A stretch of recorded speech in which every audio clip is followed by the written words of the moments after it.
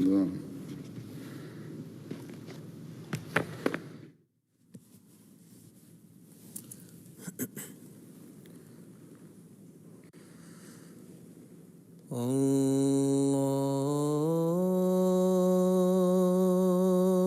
الله أكبر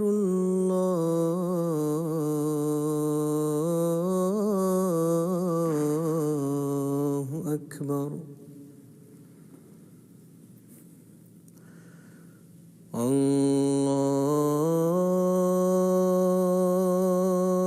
الله أكبر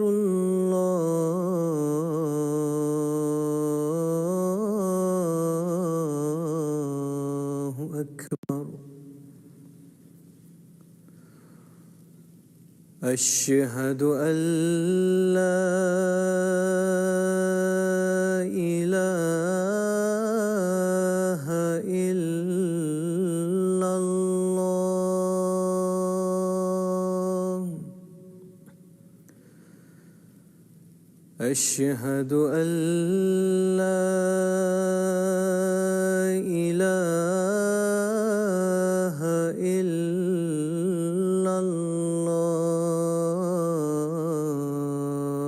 الله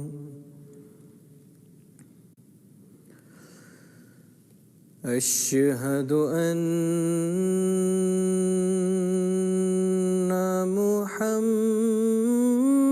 محمدًا رسول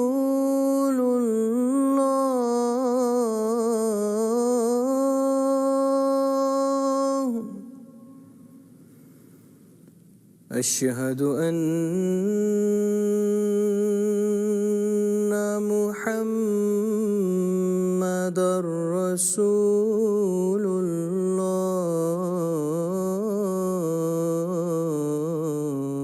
الله حي على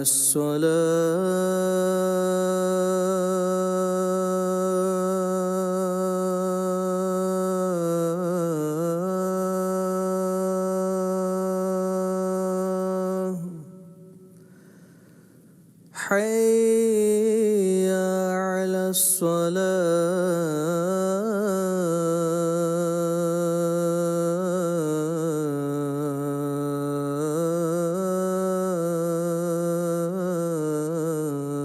الصلاة حي على الفلاح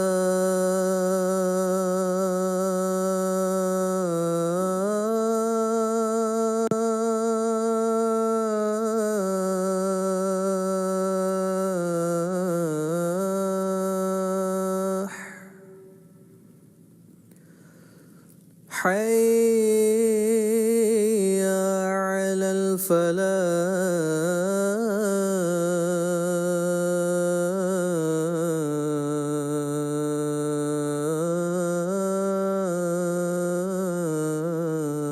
الفلاح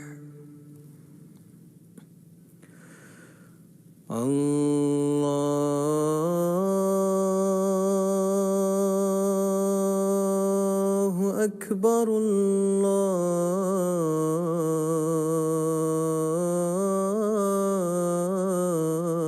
الله أكبر لا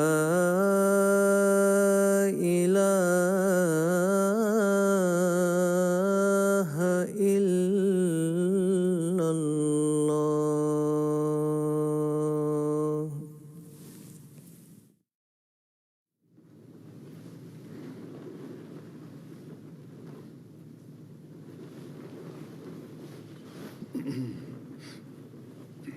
السلام علیکم ورحمۃ اللہ.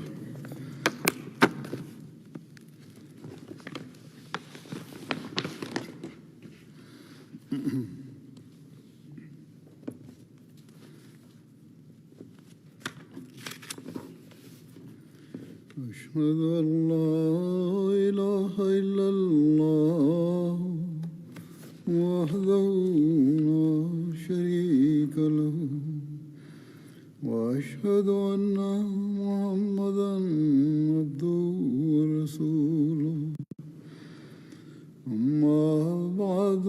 فأعوذ بالله من الشيطان الرجيم بسم الله الرحمن الرحيم الحمد لله رب العالمين الرحمن الرحيم مالك يوم الدين إياك نعبد وإياك نستعين اهدنا الصراط المستقيم صراط الذين أنعمت عليهم غير المغضوب عليهم ولا الضالين.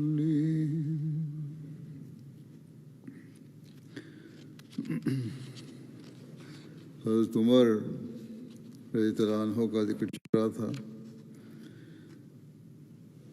آپ نے جن غزوات اور سرایہ میں شرکت کی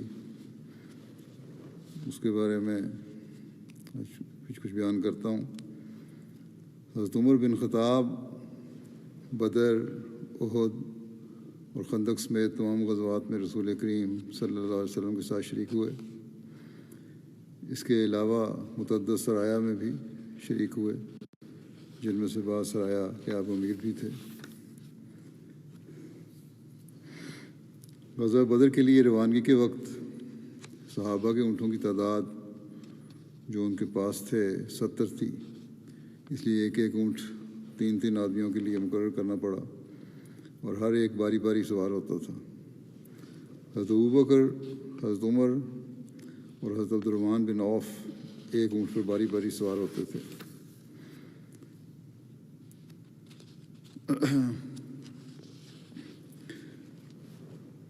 بدر کے لیے جب حضرت صلی اللہ علیہ وسلم نے روانگی فرمائی، اس کے ذکر میں آتا ہے کہ رسول کریم صلی اللہ علیہ وسلم ابو سفیان کے قافلے کی روک تھام کے لیے مدینہ سے نکلے جو شام کی طرف سے آ رہا تھا. جب مسلمانوں کا قافلہ ظفران پہنچا، یہ مدینہ کے نواح میں وادی صفرا کے قریب ایک وادی ہے، تو آپ کو خبر ملی کہ قریش اپنے تجارتی قافلے کو بچانے کے لیے نکل پڑے ہیں. نبی کریم صلی اللہ علیہ وسلم نے صحابہ کرام سے مشورہ طلب کیا اور ان کو یہ خبر دی کہ مکے سے ایک لشکر انتہائی تیز رفتاری سے نکل پڑا ہے. اس بارے میں تم کیا کہتے ہو؟ کیا لشکر کے مقابلے میں تجارتی قافلہ تمہیں زیادہ پسند ہے؟ انہوں نے کہا ہاں، یعنی ایک گروہ نے کہا ہم دشمن کے مقابلے میں تجارتی قافلے کو زیادہ پسند کرتے ہیں. ایک روایت میں ذکر ملتا ہے کہ ایک گروہ نے کہا کہ اگر آپ ہم سے جنگ کا ذکر کرتے تو ہم اس کی تیاری کر لیتے، ہم تو تجارتی قافلے کے لیے نکلے ہیں. ایک روایت میں آتا ہے کہ انہوں نے کہا یا رسول اللہ، آپ کو تجارتی قافلے کی طرف ہی جانا چاہیے اور آپ دشمن کو چھوڑ دیں. اس پر رسول اللہ صلی اللہ علیہ وسلم کا چہرہ مبارک کا رنگ متغیر ہو گیا. تو ایوب بیان کرتے ہیں کہ اس آیت کا نزول کا سبب بھی یہی واقعہ ہے کہ کما اخراجہ کا ربوں کا من بیت کا بالحق و ان فریق من المومنین لکارہون.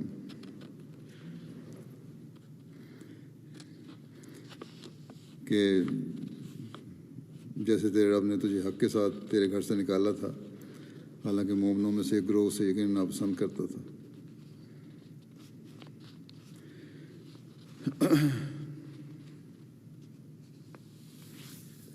اس وقت حضرت ابوبکر کھڑے ہوئے اور گفتگو کی اور بہت عمدہ گفتگو کی. پھر حضرت عمر کھڑے ہوئے اور گفتگو کی اور بہت عمدہ گفتگو کی. پھر مقداد کھڑے ہوئے اور عرض کیا یا رسول اللہ، جس کا اللہ نے آپ کو حکم دیا ہے اس کی طرف چلیے، ہم آپ کے ساتھ ہیں. اللہ کی قسم ہم آپ سے یہ نہ کہیں گے جیسا کہ بنی اسرائیل نے موسیٰ سے کہا تھا کہ فاذهب انت وربک فقاتلا انا ہاہنا قاعدون، بس جا تو اور تیرا رب دونوں لڑو، ہم تو یہیں بیٹھے رہیں گے. نے کہا نہیں، بلکہ ہم لوگ آپ کے ساتھ قتال کریں گے جب تک کہ ہم میں جان ہے۔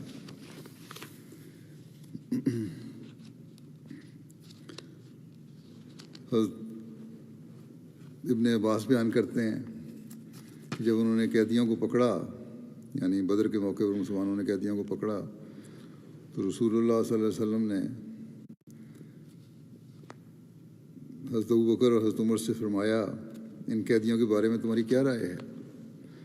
حضرت ابوبکر نے عرض کیا اے اللہ کے نبی، وہ ہمارے چچا زاد اور رشتہ دار ہیں، میرا خیال ہے آپ ان سے فدیہ لے لیں، وہ ہمارے لیے ان کفار کے مقابلے میں قوت کا باعث ہوگا، اور قریب ہے کہ اللہ تعالیٰ ان کی اسلام کی طرف رہنمائی فرمائے۔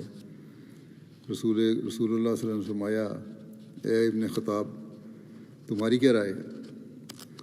حضرت عمر نے کہا نہیں یا رسول اللہ، اللہ کی قسم میری وہ رائے نہیں ہے جو ابوبکر کی رائے ہے، بلکہ میری رائے یہ ہے کہ آپ انہیں ہمارے سپرد کر دیں، ہم ان کی گردنیں مار دیں، اور علی کے سپرد عقیل کو کریں کہ وہ اس کی گردن مارے، اور میرے سپرد فلاں کو کریں جو نسباً حضرت عمر کا رشتہ دار تھا، تو میں اس کی گردن مار دوں، کیونکہ یہ سب کفار کے لیڈر اور ان کے سردار ہیں۔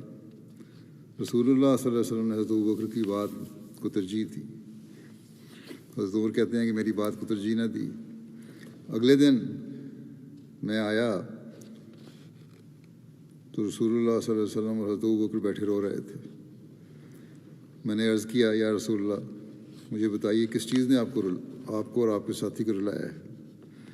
اگر مجھے رونا آیا تو میں بھی روؤں گا، وگرنہ میں آپ دونوں کے رونے کی طرح رونے کی صورت بناؤں گا۔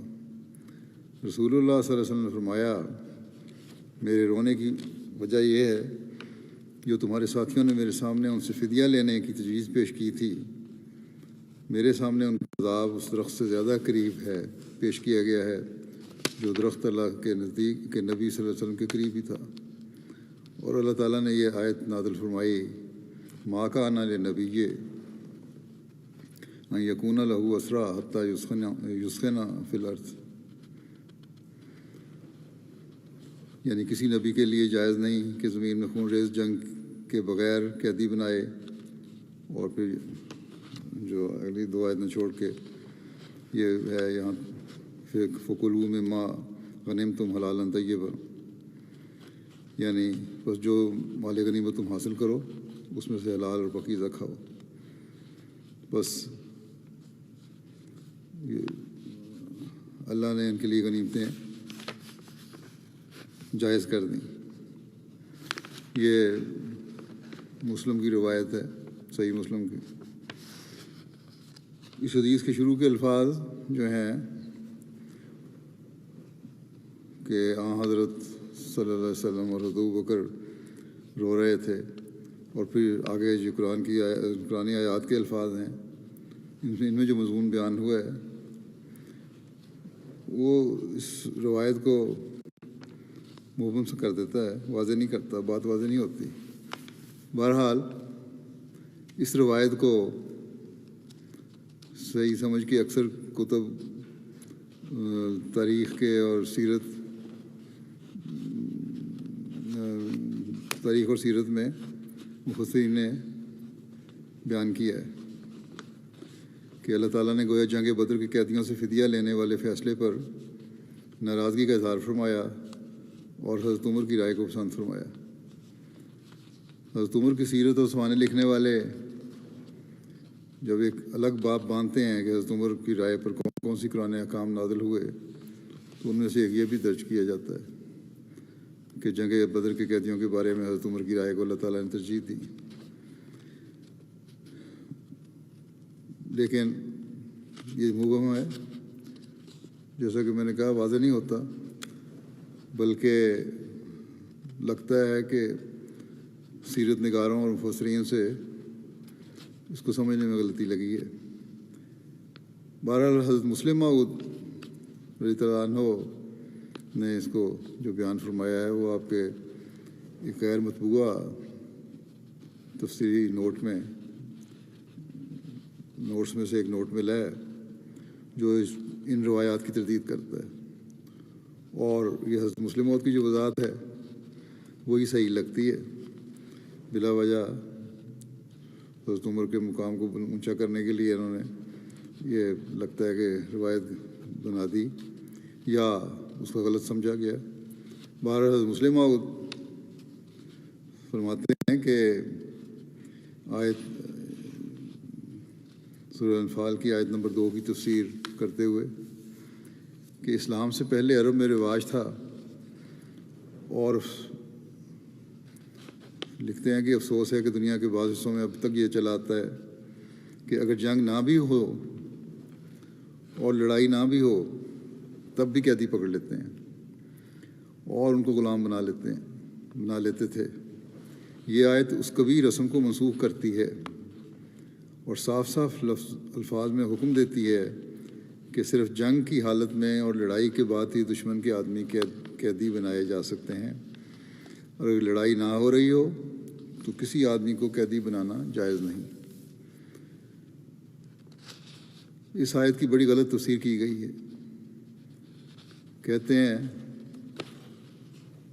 کہ جب مسلمانوں نے جنگ بدر کے موقع پر مکے والوں کے کچھ قیدی پکڑ لیے تو حضرت صلی اللہ علیہ وسلم نے صحابہ سے مشورہ کیا کہ ان کے متعلق کیا فیصلہ کرنا چاہیے۔ حضرت عمر کی رائے تھی کہ ان کو قتل کر دینا چاہیے۔ حضرت ابوبکر کی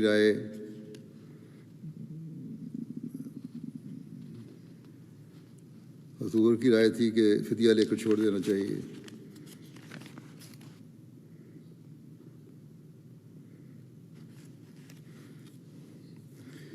حضرت صلی اللہ علیہ وسلم نے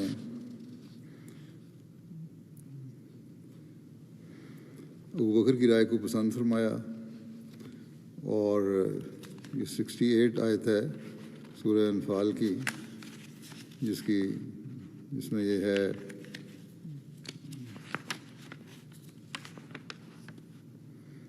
کہ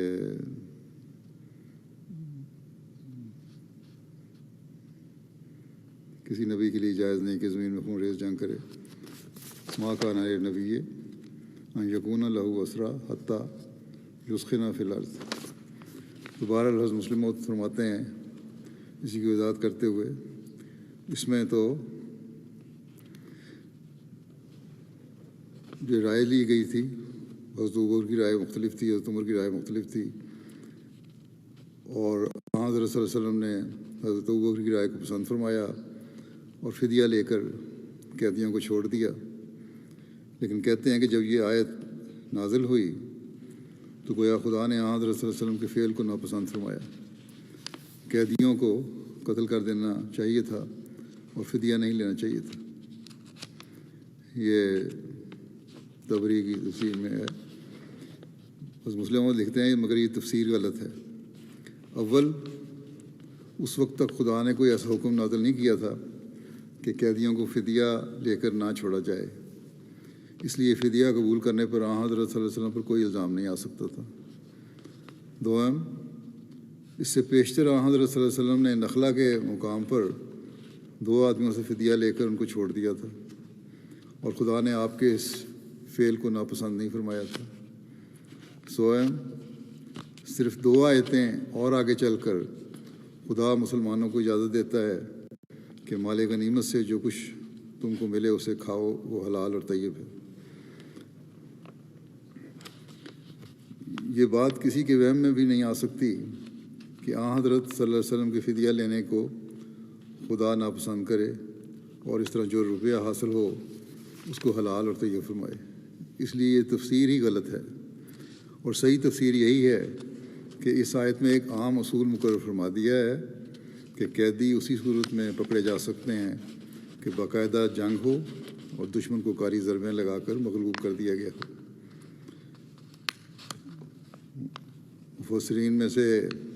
مفسرین قرآن میں سے علامہ امام رازی اور معروف سیرت نگار علامہ شبلی نعمانی کا بھی یہی موقف ہے جو حضرت مسلم موعود نے بیان فرمایا ہے۔ حضرت مرزا بشیر احمد صاحب لکھتے ہیں کہ مدینہ پہنچ کر حضرت صلی اللہ علیہ وسلم نے قیدیوں کے متعلق مشورہ کیا یہ کیا کرنا چاہیے؟ عرب میں بالعموم قیدیوں کو قتل کر دینے یا مستقل طور پر غلام بنا لینے کا دستور تھا، مگر آن حضرت صلی اللہ علیہ وسلم کی طبیعت پر یہ بات سخت ناگوار گزرتی تھی، اور پھر ابھی تک اس بارے میں کوئی الہی احکام بھی نازل نہیں ہوئے تھے۔ حضرت ابوبکر نے عرض کیا کہ میری رائے میں تو ان کو فدیہ لے کر چھوڑ دینا چاہیے، کیونکہ آخر یہ لوگ اپنے ہی بھائی بند ہیں، اور کیا تعجب کہ کل کو انہی میں سے فدائیان اسلام پیدا ہو جائیں۔ مگر حضرت عمر نے اس رائے کی مخالفت کی اور کہا کہ دین کے معاملے میں رشتہ داری کا کوئی پاس نہیں ہونا چاہیے، اور یہ لوگ اپنے افعال سے قتل کے مستحق ہو چکے ہیں، بس میری رائے میں ان سب کو قتل کر دینا چاہیے، بلکہ حکم دیا جائے کہ مسلمان خود اپنے ہاتھ سے اپنے اپنے رشتہ داروں کو قتل کریں۔ حضرت صلی اللہ علیہ وسلم نے اپنے فطری رحم سے متاثر ہو کر حضرت ابوبکر کی رائے کو پسند فرمایا اور قتل کے خلاف فیصلہ کیا، اور حکم دیا کہ جو مشرکین اپنا فدیہ وغیرہ ادا کر دیں انہیں چھوڑ دیا جاوے۔ چنانچہ بعد میں اسی کے مطابق الہی حکم بھی نازل ہوا۔ جب الہی حکم بھی فدیہ کے دینے کے بارے میں نازل ہو گیا، جیسا کہ خلیفۃ مسیح ثانی نے بھی لکھا ہے، تو پھر اس حدیث کو بنیاد بنا کر حضرت صلی اللہ علیہ وسلم حضرت ابوبکر کے رونے کا جواز پیدا کرنا کوئی عجیب سی بات لگتی ہے۔ بہرحال حضرت مرزا بشیر احمد صاحب لکھتے ہیں، چنانچہ ہر شخص کے مناسب حال 1000 درہم سے لے کر 4000 درہم تک اس کا فدیہ مقرر کر دیا گیا، اور اس طرح سارے قیدی رہا ہو گئے۔ حضرت عمر کی بیٹی حضرت حفصہ کی آن شادی کے بارے میں جو ذکر ملتا ہے کہ حضرت حفصہ کے شوہر جنگ بدر میں شریک ہوئے اور جنگ سے واپسی پر بیمار ہو کر انتقال کر گئے۔ بعد میں حضرت صلی اللہ علیہ وسلم نے حضرت حفصہ کے ساتھ شادی کی۔ اس کی تفصیل بخاری میں یوں درج ہے کہ حضرت عبداللہ بن عمر نے بیان کیا، حضرت عمر بن خطاب جب حضرت حفصہ بنت عمر خنیس بن حذافہ سامی سے بیوہ ہوئیں، اور رسول اللہ صلی اللہ علیہ وسلم کے صحابہ میں سے تھے جو بدر میں شریک تھے، مدینہ میں انہوں نے وفات پائی۔ حضرت عمر نے کہا، میں حضرت عثمان بن عفان سے ملا، ان کے پاس حفصہ کا ذکر کیا اور کہا کہ اگر آپ چاہیں تو حفصہ بنت عمر کا نکاح آپ سے کر دوں۔ انہوں نے کہا میں اپنے اس معاملے پر غور کروں گا۔ حضرت عثمان نے کہا، چنانچہ میں کئی روز تک ٹھہرا رہا۔ حضرت عمر کہتے ہیں، پھر حضرت عثمان نے کہا کچھ دنوں کے بعد کہ مجھے یہی مناسب معلوم ہوا ہے کہ میں ان دنوں شادی نہ کروں۔ حضرت عمر کہتے تھے، پھر میں حضرت ابوبکر سے ملا کہ اگر آپ چاہیں تو میں حفصہ بنت عمر کا نکاح آپ سے کر دوں۔ حضرت عمر خاموش ہو گئے اور مجھے کچھ جواب نہ دیا، اور حضرت عمر کہتے ہیں عثمان کی نسبت میں نے ان سے زیادہ محسوس کیا، یعنی احساس زیادہ ہوا کہ انہوں نے بھی انکار کر دیا۔ پھر میں کچھ دن ٹھہرا رہا، پھر رسول اللہ صلی اللہ علیہ وسلم نے حضرت حفصہ سے نکاح کا پیغام بھیجا اور میں نے آپ سے ان کا نکاح کر دیا۔ جب نکاح ہو گیا تو پھر حضرت ابوبکر مجھ سے ملے اور کہا شاید آپ نے مجھ سے کچھ محسوس کیا تھا میرے انکار کرنے پہ، جب آپ نے حفصہ کا ذکر کیا تھا اور میں نے آپ کو کچھ جواب نہ دیا تو میں نے کہا جی ہاں میں نے محسوس کیا تھا۔ تو انہوں نے کہا کہ دراصل جو بات آپ نے پیش کی تھی اس کی نسبت آپ کو جواب دینے سے مجھے نہیں روکا تھا، مگر اس بات نے کہ مجھے علم ہو چکا تھا کہ رسول اللہ صلی اللہ علیہ وسلم نے حضرت حفصہ کا ذکر کیا تھا، اور میں ایسا نہیں تھا کہ رسول اللہ صلی اللہ علیہ وسلم کا یہ راز ظاہر کرتا، یعنی کہ حضرت ابوبکر کو یہ علم تھا کہ حضرت وسلم حضرت حفصہ سے رشتے کا اظہار کیا تھا وسلم نے۔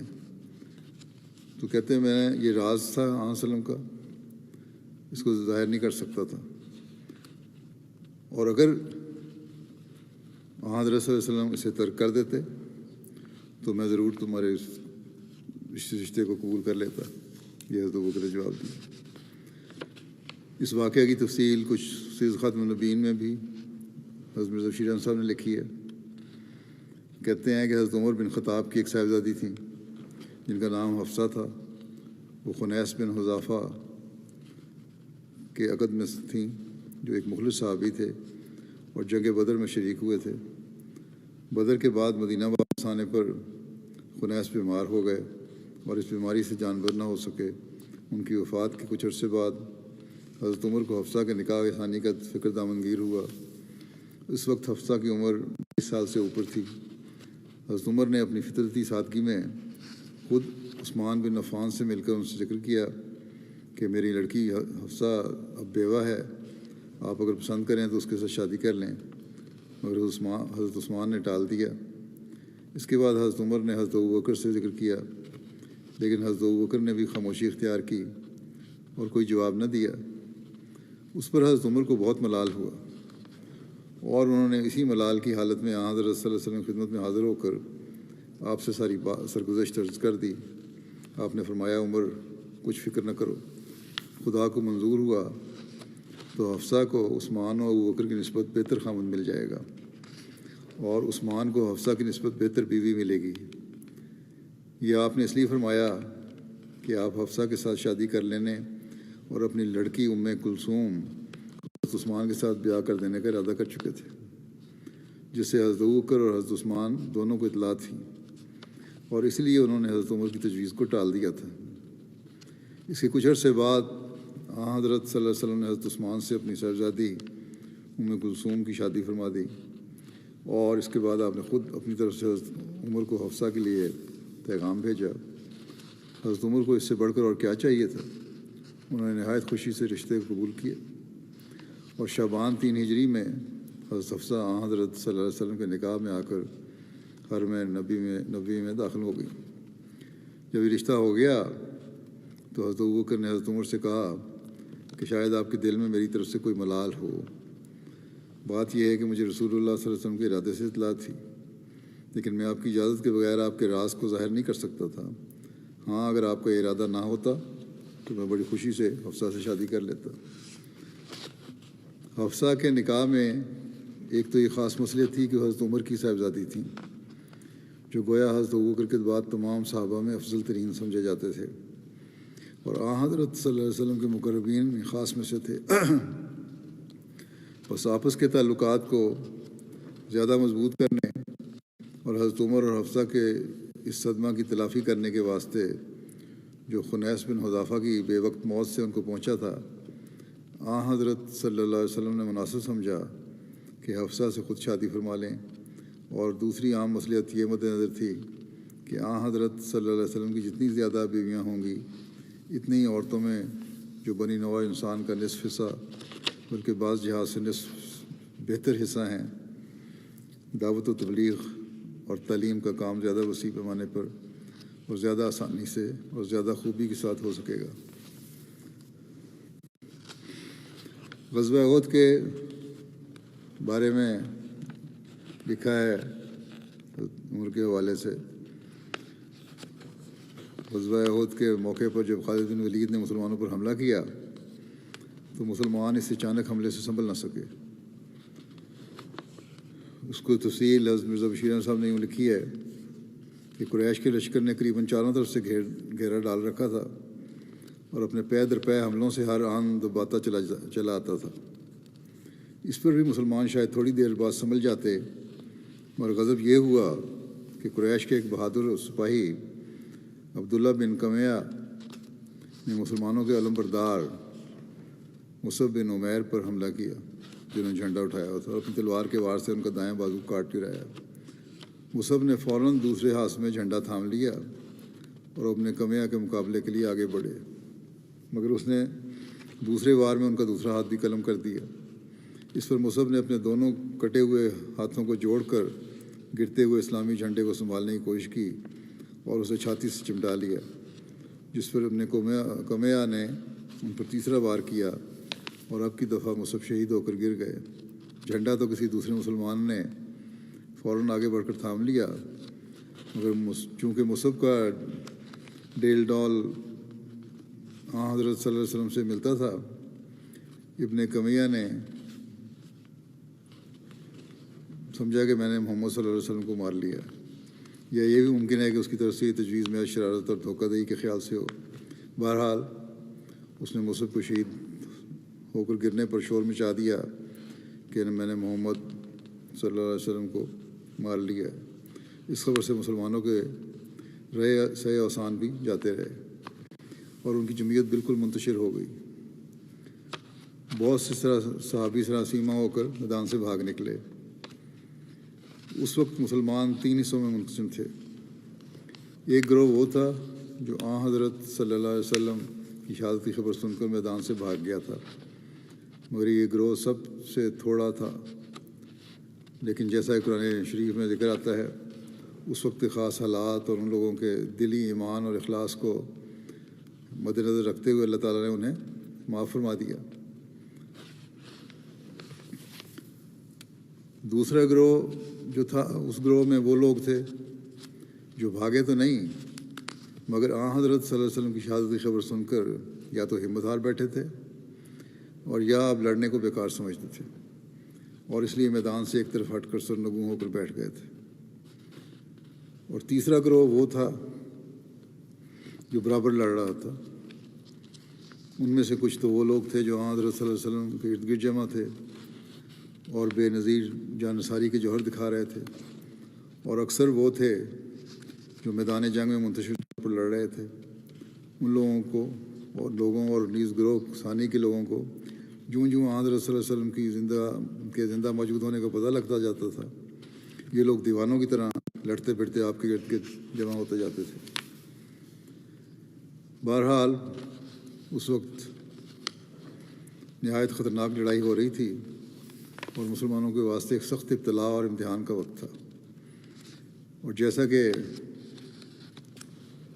بیان ہو چکا ہے کہ حضرت صلی اللہ علیہ وسلم کی شہادت کی خبر سن کر بہت سے صحابہ ہمت ہار چکے تھے اور ہتھیار پھینک کر میدان سے ایک طرف ہو گئے تھے۔ انہی میں حضرت عمر بھی تھے جو ایک طرف ہو کے بیٹھ گئے تھے مایوس ہو کے۔ چنانچہ یہ لوگ اسی طرح میدان جنگ کے ایک طرف بیٹھے تھے کہ اوپر سے ایک صحابی انس بن نضر انصاری آگے آ گئے اور ان کو دیکھ کر کہنے لگے کہ تم لوگ یہاں کیا کرتے ہو؟ انہوں نے جواب دیا کہ رسول اللہ صلی اللہ علیہ وسلم نے شہادت پائی، اب لڑنے سے کیا حاصل ہے؟ انس نے کہا کہ یہی لڑنے کا وقت ہے تا جو موت رسول اللہ صلی اللہ علیہ وسلم نے پائی وہ ہمیں بھی نصیب ہو، اور پھر آپ کے بعد زندگی کا بھی کیا لطف ہے۔ اور پھر ان کے سامنے سعد بن معاذ آئے تو انہوں نے یعنی انس نے کہا کہ سعد مجھے تو پہاڑی سے جنت کی خوشبو آ رہی ہے۔ یہ کہہ کر انس دشمنوں کی صف میں گھس گئے اور لڑتے لڑتے شہید ہوئے، اور جنگ کے بعد دیکھا گیا تو ان کے بدن پر 80 سے زیادہ زخم تھے اور کوئی پہچان نہ سکتا تھا یہ کس کی لاش ہے۔ آخر ان کی بہن نے ان کی انگلی دیکھ کر شناخت کیا۔ رسول اللہ صلی اللہ علیہ وسلم اپنے چند صحابہ کے ساتھ پہاڑ کی گھاٹی پر پہنچے ہی تھے، اس کے وقت کفار کے گروہ نے گھاٹی پر حملہ کیا۔ ان میں خالد بن ولید بھی تھا۔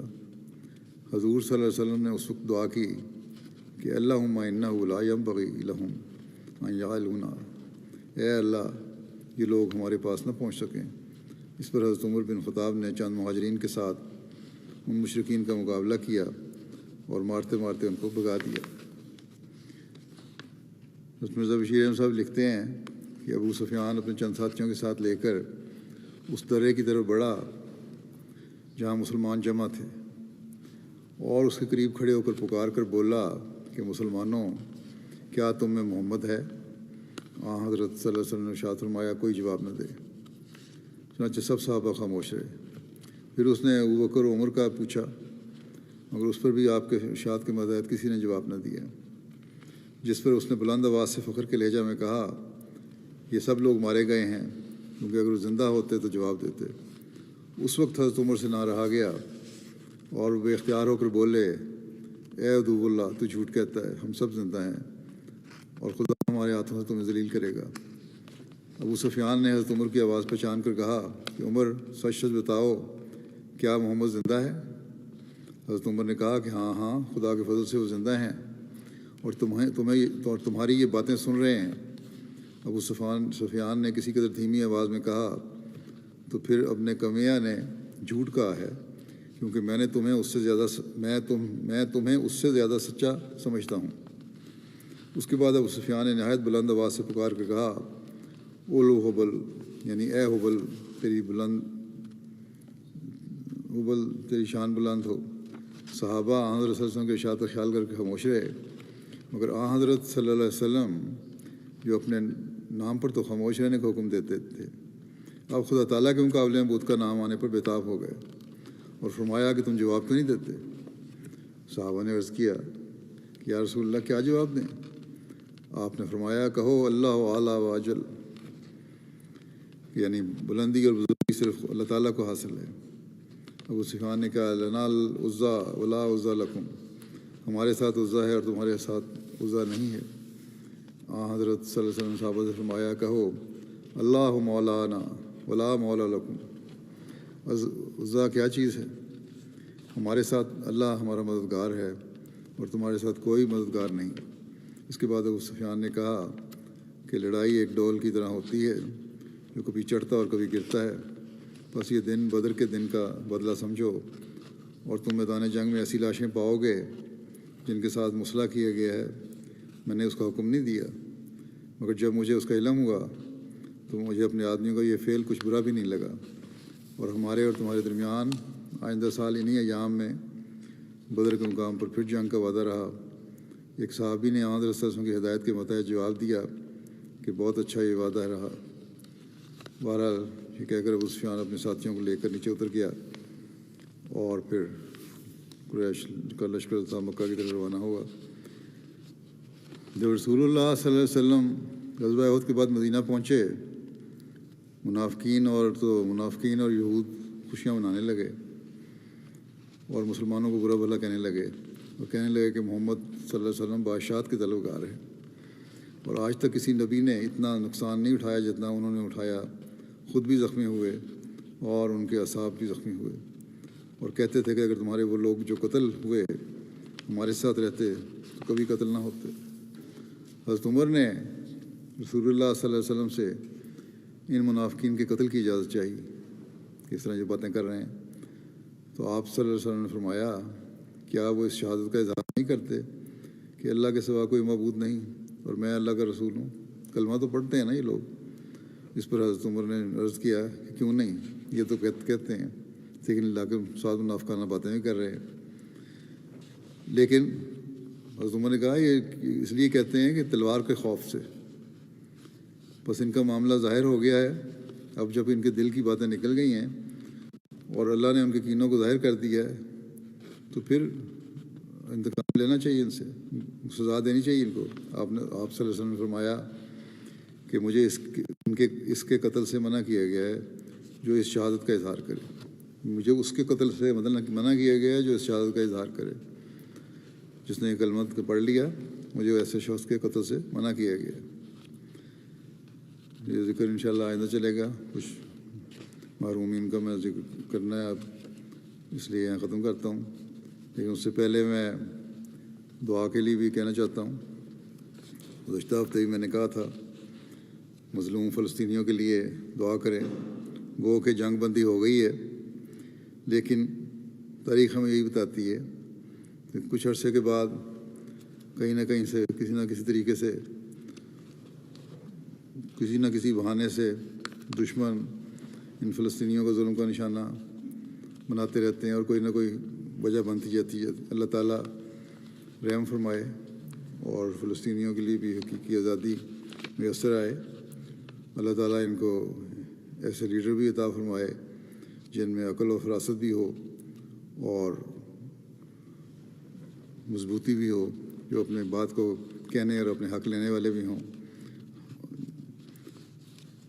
اسی طرح احمدیوں کے لیے جو ظلم کا نشانہ بن رہے ہیں، خاص طور پر پاکستان، ان کے لیے بہت دعا بھی اپنی حفاظت میں رکھے۔ جنازوں میں سے آج جن کا پہلا ذکر ہے وہ قریشی محمد افضل صاحب، قریشی محمد فضل اللہ صاحب، نائب نادر ارشاد قادیان تھے، جو 27 اپریل کو وفات پا گئے۔ انا للہ و انا الیہ راجعون۔ ان کے ان کی والدہ کے دادا اور والد کے نانا حضرت منشی مہر الدین صاحب رضی اللہ تعالیٰ عنہ صحابی حضرت مسیح موعود علیہ السلام تھے، جن کے ذریعے سے ان کے خاندان میں احمدیت آئی، اور ان کا نام منارۃ المسیح کے چندہ دہندگان میں بھی درج ہے۔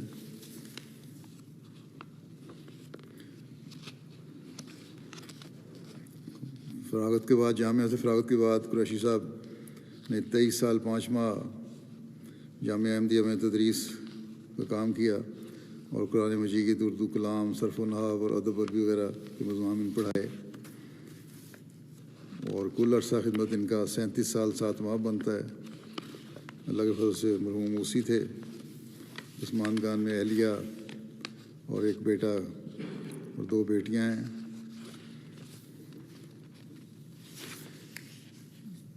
ان کے بارے میں مخدوم صاحب نادر اشاعت لکھتے ہیں کہ جامعہ میں جب تھے بہت شفیق استاد تھے، طلباء کے ساتھ بہت محبت اور تسلوق تھا اور دوستانہ تھا، اور نہایت ایمانداری سے اور وقت کی روح کے ساتھ کام کیا، ہمیشہ وقت کی پابندی کی، طلباء کو سے بھی وقت کی پابندی کرواتے تھے۔ ہندوستان کے اکثر مبلغین ان کے شاگرد ہیں اور ان سے انہوں نے فیض پایا۔ طبیعت میں ان کی بہت سادگی تھی، کلام میں اختصار تھا، زیادہ باتیں نہیں کرتے تھے، لیکن بڑی علمی اور ٹھوس بات ہوتی تھی ان کی۔ نائب صدر خدمت احمدیہ بھارت کے طور پہ ان کو خدمت کی توفیق ملی۔ 34 سال کے طویل عرصہ آپ نے بطور نائب ایڈیٹر اخبار بدر کی خدمت کی توفیق پائی، ایڈیٹر مشکات بھی رہے، تاریخ احمدیت بھارت کی کمیٹی کے بھی ممبر تھے۔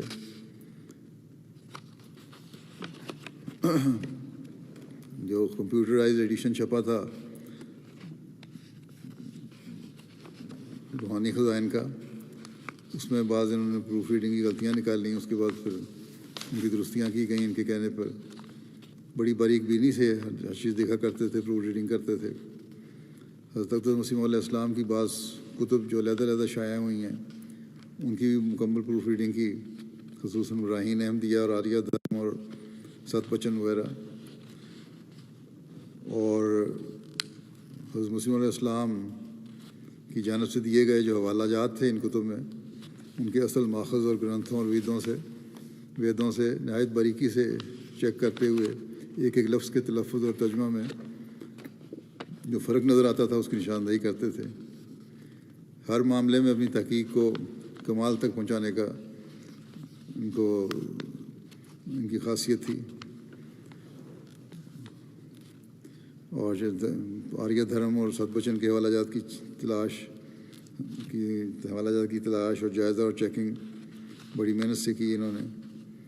یہ کہا کرتے تھے کہ حضرت مسیح علیہ السلام کی اس کتاب کو ہندوؤں اور سکھوں کے لیے بطور سند پیش کیا گیا ہے، اور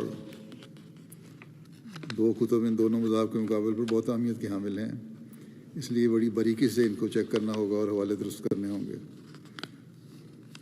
قرآن کریم جو شائع ہوا ہے اب ہماری طرف سے خط منظور میں، اس کا بھی سافٹ ویئر کی تیاری میں ان کی بہت خدمات ہیں، اور ممبئی کی کمپنی سے بنوایا گیا تھا، اور اس میں انہوں نے بہت کام کیا ہے۔ دن رات انہوں نے اس کو اصلاح اور اس کی درستگی اور صحت کے لیے کام کیا۔ اسی طرح خط منظور میں سادہ قرآن کریم تو شائع ہو گیا ہے، اور قرآن مجید انگریزی ترجمہ مولوی شیر علی صاحب والا جو تھا اس کو تیار کرنے میں مصروف تھی، وہ بھی انشاءاللہ تعالیٰ تقریباً تیار ہے، جلدی ہو جائے گا، اس میں بہت کام ہے ان کا۔ اسی طرح ترجمہ حضرت میر اسحاق صاحب والا جو ہے اس کے بھی کچھ سپارے انہوں نے کر لیے تھے۔ قرآن کریم کے کام میں بھی بڑی محنت سے انہوں نے کام کیا ہے اشاعت میں، خاص طور پہ خط منظور کی اشاعت میں۔ ان کے ناظر صاحب اشاعت لکھتے ہیں کہ خاکسار کے استاد بھی تھے اور ماموں خسر بھی تھے، اس کے باوجود نائب ہونے کی حیثیت سے ہمیشہ اطاعت کا جذبہ اور بڑی عاجزی اور انکساری سے بات کرتے تھے. کبھی یہ نہیں کہا کہ تمہارا میں استاد ہوں یا تمہارا رشتے میں تمہارے سے بڑا ہوں. ان کے طلباء میں سے لکھتے ہیں کہ انہوں نے کلاس میں بتایا کہ انہوں نے دوران طالب علمی کبھی رخصت نہیں لی جامعہ سے، اور اس کے بعد تدریس کے دوران بھی جب جامعہ میں پڑھاتے تھے کبھی رخصت نہیں لی. اللہ تعالیٰ مرحوم سے مغفرت و رحم کا سلوک فرمائے. دوسرا جو ذکر ہے وہ ہے سید بشیر الدین احمد صاحب مبلغ سلسلہ، یہ بھی قادیان کے ہیں. 83 سال کی عمر میں بقضاء الہی وفات پا گئے تھے. انا للہ و انا الیہ راجعون. سید سعید الدین صحابی رضی اللہ عنہ کے پوتے تھے. نہایت عبادت گزار، تہجد گزار، دعا کو سادہ مزاج آدمی تھے. مرحوم موسی بھی تھے. عثمان خان میں 3 بیٹے اور چھوڑے ہیں، اور تینوں بیٹے دفاتر میں کام کر رہے ہیں انجمن کے. اگلا ذکر ہے بشارت احمد صاحب حیدر، وقف زندگی قادیان کا. ابن فیاض احمد صاحب شاہانہ، ان کی 71 سال کی عمر میں وفات ہو گئی. انا للہ و انا الیہ راجعون. یہ مرحوم حضرت عبد الکریم صاحب جو حضرت مسیح علیہ السلام کے جو نشان سخت گزیدہ کے تھے ان کے پوتے تھے. وہ جو حلقۂ کتے کاٹنے کا جو معاملہ تھا، حضرت حضرت عبد الکریم صاحب ان کے یہ پوتے تھے. اور یہ زندگی وقف کر کے کرناٹک سے قادیان آئے، اور پھر مدرسہ احمدیہ میں تعلیم حاصل کرنے کے بعد مختلف دفاتر میں کام کیا، اور پھر یہ انچارج شعبہ رشتہ ناطہ مقرر ہوئے، وہاں خدمات انجام دیں، اور 46 سال تک سلسلے خدمت کی. وسائل کم ہونے کے باوجود بڑی سفید پوشی سے اور سادہ سے گزارا کیا. بڑی سادہ زندگی تھی. بڑے بااخلاق اور بامروت انسان تھے. مرحوم موسی تھے. اہلیہ کے علاوہ 3 بیٹیاں ہیں جن کو انہوں نے تعلیم بھی اچھی دلوائی، اور پھر واقعی نے زندگی سے ان سب کی شادیاں کیں. اگلا ذکر ہے مکرم محترم ڈاکٹر محمد علی خان صاحب، امیر جماعت احمدیہ ضلع پشاور کا، جو 67 سال کی عمر میں گزشتہ ماہ ان کی وفات ہوئی ہے. انا للہ و انا الیہ راجعون.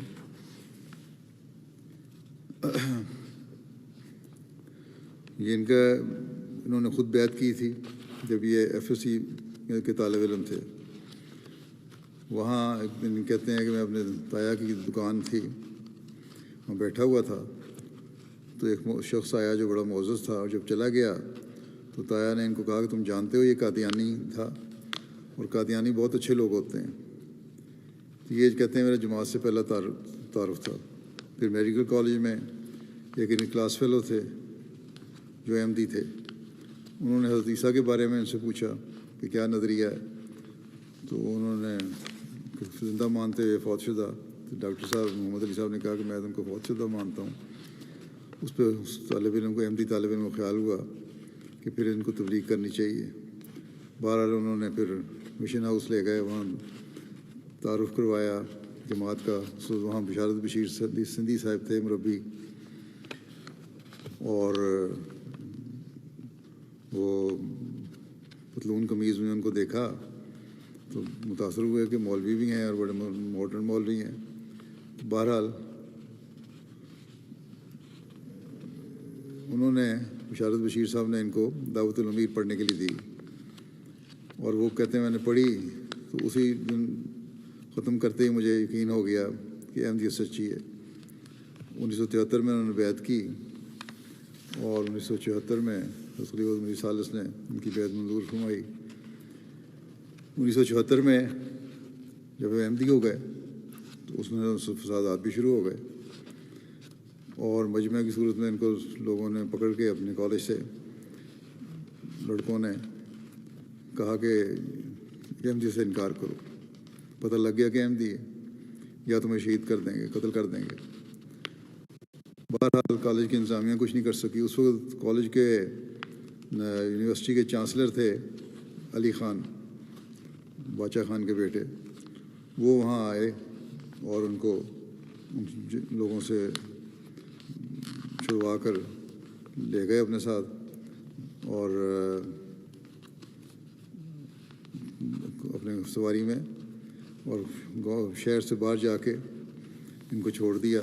وہاں سے یہ کہتے ہیں میں پیدل اپنے گاؤں پہنچا ننگے پاؤں، اور باپ نے کہا کہ تم اپنے آپ کو بھی تکلیف میں ڈال رہے ہو اور ہمیں بھی بدنام کر رہے ہو، کیوں نہیں احمدیت چھوڑ دیتے؟ انہوں نے کہا میں احمدیت نہیں چھوڑ سکتا. بہرحال کہتے ہیں میرے والد صاحب سے مباحثہ جاری رہا، اور حالات کی خرابی کی وجہ سے تعلیم بھی جاری نہیں رکھ سکا. بڑے برے حالات تھے لیکن احمدیت پہ قائم رہا. ایک دن ان کے والد صاحب نے کہا کہ دیکھو اس مسئلے کو ختم کرو، چھوڑو احمدیت.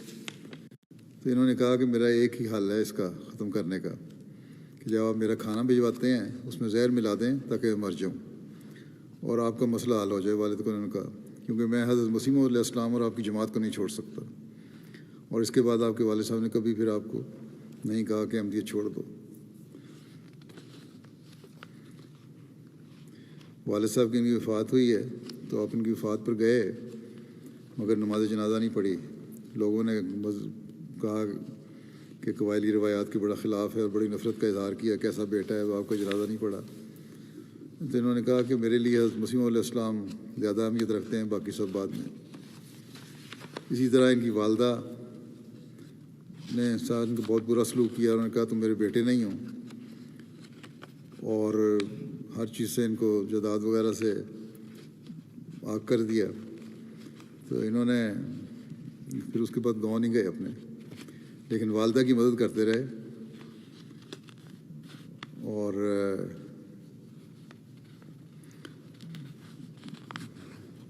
اپنے تایا کے گھر جایا کرتے تھے، وہاں سے والدہ کا خیال رکھتے رہے، ان کی مالی امداد بھی کرتے رہے.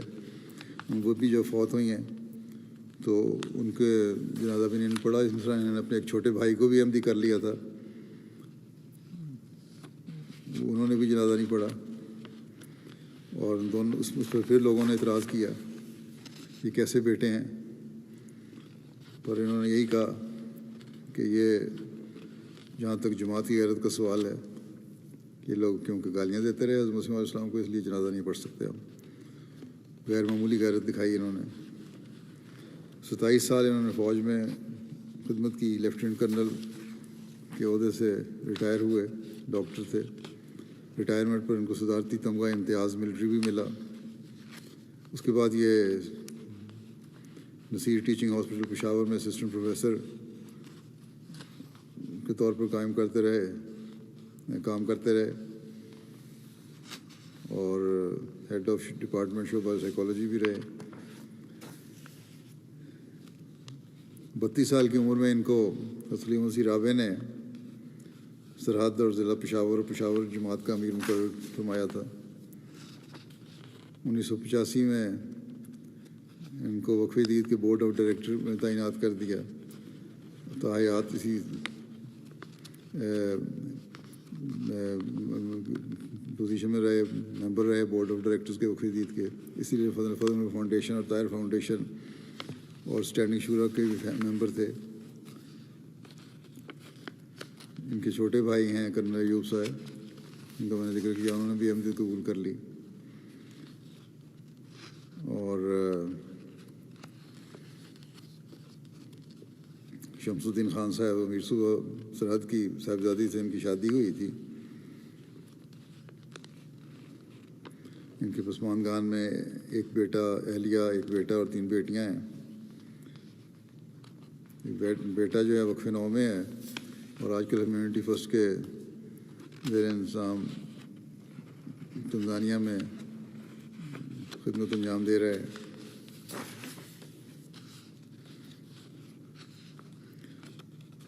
لکھتے ہیں کہ ڈاکٹر محمد علی خان صاحب سچائی، دیانتداری، بے نفسی اور کھرے پن میں اپنا ایک خاص انفرادی مقام رکھتے تھے۔ کبھی بھی دولت، اخراجات، دنیاوی اموال یا کسی چیز کا کبھی ذکر نہ کرتے۔ یہ ہر بچے نے ان کے لکھا ہے یہی بات، اور ہمیشہ نہایت ہی مطمئن اور خوش زندگی گزاری۔ ہر قسم کے حالات میں انہوں نے پشاور کے نہایت مشکل حالات میں نہایت پیار اور خدا تعالیٰ کی مدد اور نصرت پر بھروسہ کرتے ہوئے پشاور جماعت کی قیادت کی۔ پشاور کے لوگ ان کی وفات پر بہت دکھی ہیں۔ خلافت سے بے انتہا تعلق تھا اور اطاعت کی مثالی تھی ان کی۔ حضرت مسیح علیہ السلام سے محبت کا تعلق، حضرت صلی اللہ علیہ وسلم سے عشق کا تعلق، اللہ تعالیٰ کی توحید کے لیے ہر قربانی کے لیے تیار رہنے والے، بے شمار کی خوبیوں کے مالک تھے۔ اگلا ذکر ہے مکرم محمد رفیع خان شہزادہ صاحب ربا کا، جو 30 مارچ کو وفات پا گئے تھے۔ انا للہ و انا الیہ راجعون۔ ان کی عمر 82 سال تھی۔ مرحوم حضرت مسیح علیہ السلام کے صحابہ، حضرت غلام رسول صاحب خان اور عائشہ پٹھانی صاحبہ کے نواسے، اور حضرت عبدالستار خان صاحب المعروف بزرگ صاحب کے پڑنواسے تھے۔ عبادت گزار اور جوانی سے تہجد گزار تھے، دین کی غیرت رکھنے والے تھے اور بڑا جوش رکھتے تھے، بڑی پاکیزہ شخصیت کے مالک تھے۔ آخری بیماری میں ہسپتال میں سانس کی تکلیف کے باوجود قرآن شریف اونچی آواز میں پڑھتے رہتے تھے۔ یہ ابوظہبی میں ایئر فورس میں جو بھرتی ہو گئے، کچھ عرصے بعد ابوظہبی چلے گئے۔ وہاں ایئر فورس کی اسمبلی میں کسی مولوی نے کہا کہ قادیانی واجب القتل ہیں، تو انہوں نے بڑے جرأت سے کھڑے ہو کر کہا کہ میں احمدی ہوں، مجھے قتل کرو۔ لیکن بہرحال پھر وہاں سے انہوں نے استعفیٰ دے دیا اور پاکستان آ گئے۔ یہاں آ کے اپنا میڈیکل سٹور کھولا، اور اس دوران میں دارالعلوم شرقی راجے کی کے صدر محلہ بھی رہے۔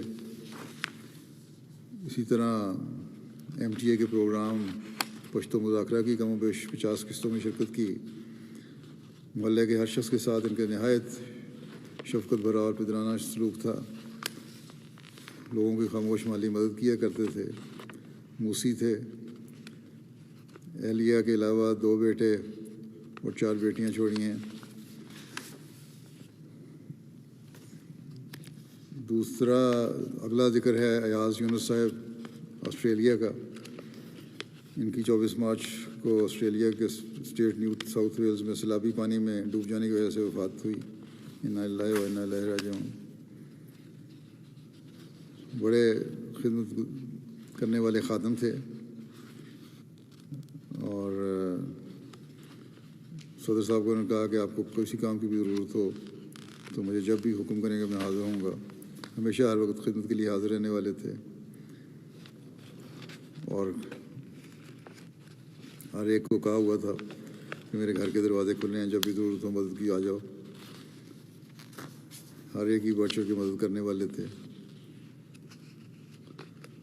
بہرحال ان کی وفات پہ حکومت نے، نوجوان تھے، ابھی شادی بھی نہیں ہوئی تھی، والدین کو پاکستان سے آنے کے لیے ویزا بھی دیا، اور حکومتی نمائندوں کی موجودگی میں ان کی تدفین ہوئی۔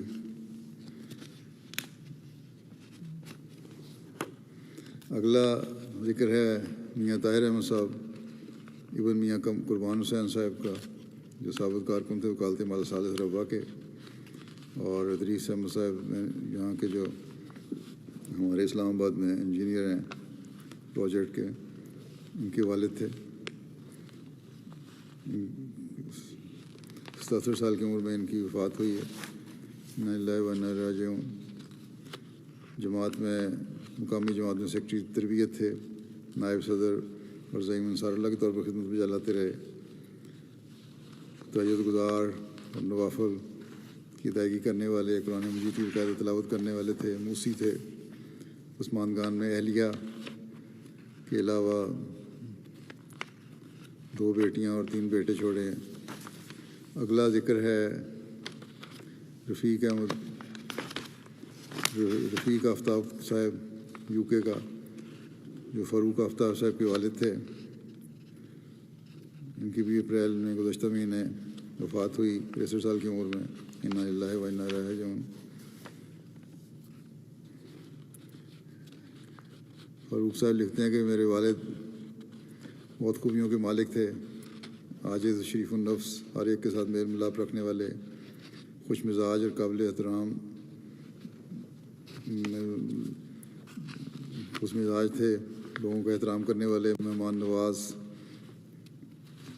اور بہت سارے لوگوں نے ہمیں فون کر کے یہی بتایا ہے، ان خوبیوں کی گواہی دی ہے. بہت مخلص اور فدائی تھے، بچوں کو بھی خلافت کی طرف کے قریب رہنے کی طرف ہمیشہ توجہ دلائی، اور اسی کا نتیجہ ہے کہ بچے جماعت کی خدمت بھی کر رہے ہیں.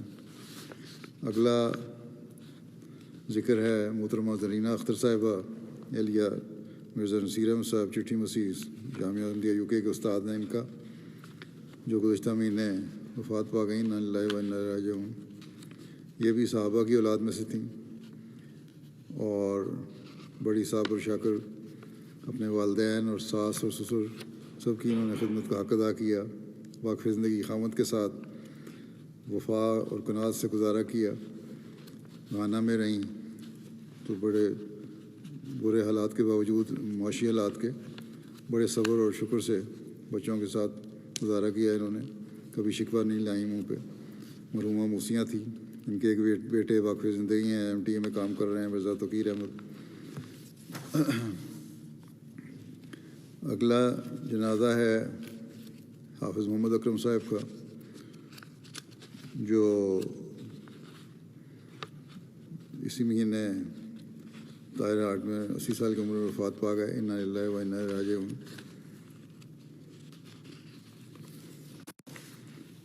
ان کے خاندان میں احمدیت حضرت مسیح اول کے ذریعے سے آئی تھی، اور اس کے بعد ان کے دادا نے حضرت مسیح علیہ السلام کے زمانے میں تحریری بیعت کی تھی. دستی بیعت تو نہیں ہوئی، لیکن تحریری بیعت کی تھی. ان کے ایک نواسے عبدالخبیر رضوان یہاں دفتر PSU کے میں خدمت بجا لا رہے ہیں.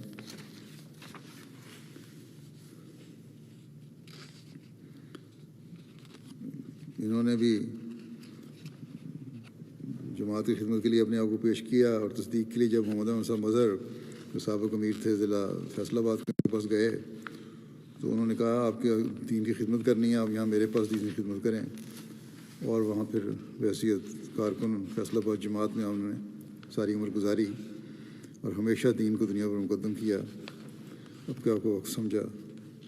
موسی تھے، اپنا حصہ جداد بھی زندگی میں ادا کر دیا. بڑے تہجد گزار اور بلا ناغہ تہجد ادا کرنے والے. فیصل آباد میں بہت سے بچوں کو قرآن کریم پڑھانے اور حفظ کرانے کی توفیق پائی. اپنے چھوٹے بیٹے کو بھی قرآن شریف حفظ کروایا. اگلا ذکر ہے محترم چودھری نور احمد ناصر صاحب کا، جو 82 سال کی عمر میں وفات پا گئے تھے گزشتہ دنوں. یہ چودھری محمد عبداللہ صاحب درویش قادیان کے سب سے بڑے بیٹے تھے. ان کے 2 بیٹے اللہ تعالیٰ کے فضل سے واقف زندگی ہیں.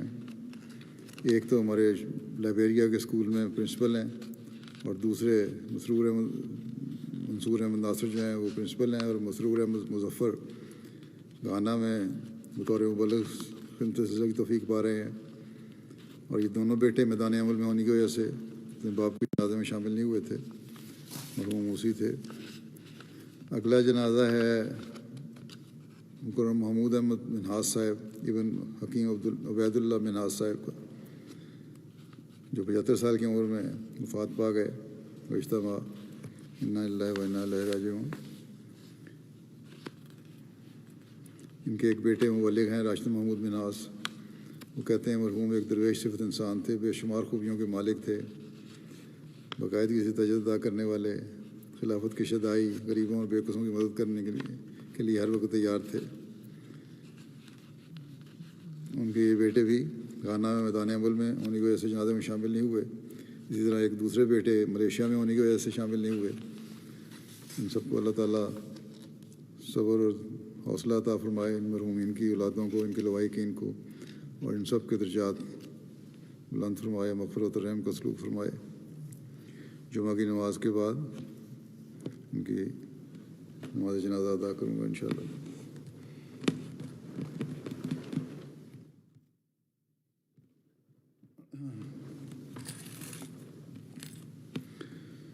الحمد لله نحمده ونستعينه ونستغفره ونؤمن به ونتوكل عليه ونعوذ بالله من شرور أنفسنا ومن سيئات أعمالنا من يهده الله فلا مضل له ومن يضلل فلا هادي له ونشهد أن لا إله إلا الله ونشهد أن محمدا عبده ورسوله عباد الله رحمكم الله إن الله يأمر بالعدل والإحسان وإيتاء ذي القربى وينهى عن الفحشاء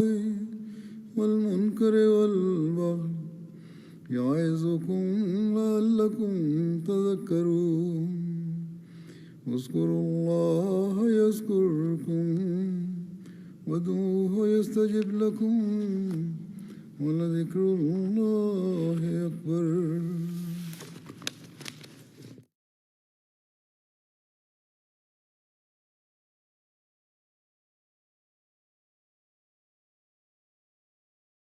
ما كان محمد أبا أحد من رجالكم ولكن رسول الله وخاتم النبيين۔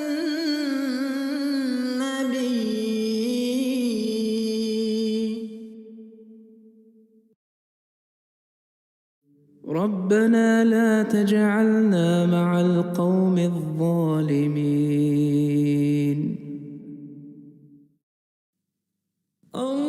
اللهم صل على محمد وعلى آل محمد كما صليت على إبراهيم وعلى آل إبراهيم إنك حميد مجيد۔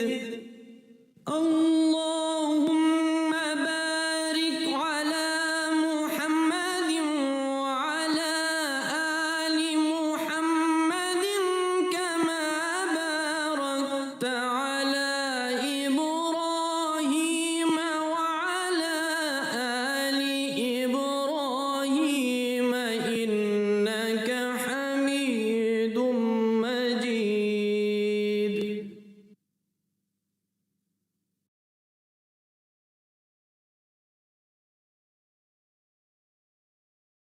اللهم صل على محمد وعلى آل محمد۔ اللهم صل على محمد وعلى آل محمد۔ رسول كريم رؤوف رحيم سراج منير محمد، أول العابدين خاتم النبيين رحمة للعالمين محمد۔ يا ربي صل على نبيك دائما في هذه الدنيا وبعث ثاني۔ يا ربي صل